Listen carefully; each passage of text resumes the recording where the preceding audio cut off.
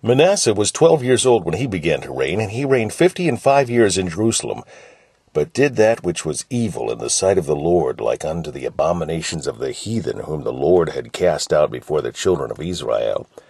For he built again the high places which Hezekiah his father had broken down, and he reared up altars for Baalim, and made groves, and worshipped all the host of heaven, and served them. Also he built altars in the house of the Lord, whereof the Lord had said, In Jerusalem shall my name be forever. And he built altars for all the host of heaven in the two courts of the house of the Lord. And he caused his children to pass through the fire in the valley of the son of Hinnom. Also he observed times, and used enchantments, and used witchcraft, and dealt with a familiar spirit, and with wizards. He wrought much evil in the sight of the Lord, to provoke him to anger. And he set a carved image, the idol which he had made, in the house of God, of which God had said to David and to Solomon his son, In this house and in Jerusalem, which I have chosen before all the tribes of Israel, will I put my name forever. Neither will I any more remove the foot of Israel from out of the land which I have appointed for your fathers, so that they will take heed to do all that I have commanded them, according to the whole law and the statutes and the ordinances by the hand of Moses. So Manasseh made Judah and the inhabitants of Jerusalem to err, and to do worse than the heathen, whom the Lord had destroyed before the children of Israel. And the Lord spake to Manasseh and to his people, but they would not hearken. Wherefore the Lord brought upon them the captains of the hosts of the kings of Assyria, or the king of Assyria, which took Manasseh among the thorns, and bound him with fetters, and carried him to Babylon. And when he was in affliction, he besought the Lord his God, and humbled himself greatly before the God of his fathers, and prayed unto him. And he was entreated of him, and heard his supplication, and brought him again to Jerusalem, into his kingdom.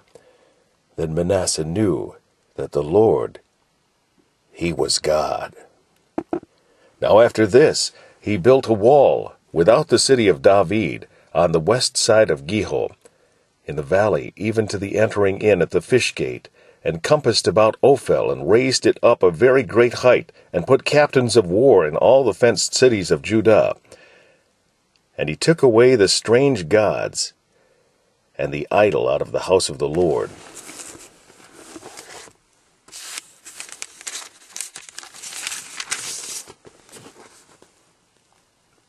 And all the altars that he had built in the mount of the house of the Lord, and in Jerusalem, and cast them out of the city. And he repaired the altar of the Lord, and sacrificed thereon peace offerings and thank offerings, and commanded Judah to serve the Lord God of Israel. Nevertheless, the people did sacrifice still in the high places, yet unto the Lord their God only. Now the rest of the acts of Manasseh, and his prayer unto his God, and the words of the seers that spake to him in the name of the Lord God of Israel, behold, they are written in the book of the kings of Israel. His prayer also, and how God was entreated of him, and all his sins and his trespass, and the places wherein he built high places, and set up groves and graven images before he was humbled, behold, they are written among the sayings of the seers. So Manasseh slept with his fathers, and they buried him in his own house, and Amon his son reigned in his stead. Amon was 22 years old when he began to reign, and reigned 2 years in Jerusalem. But he did that which was evil in the sight of the Lord, as did Manasseh his father. For Amon sacrificed unto all the carved images which Manasseh his father had made, and served them, and humbled not himself before the Lord, as Manasseh his father had humbled himself. But Amon trespassed more and more, and his servants conspired against him, and slew him in his own house. But the people of the land slew all them that had conspired against King Amon, and the people of the land made Josiah his son king in his stead.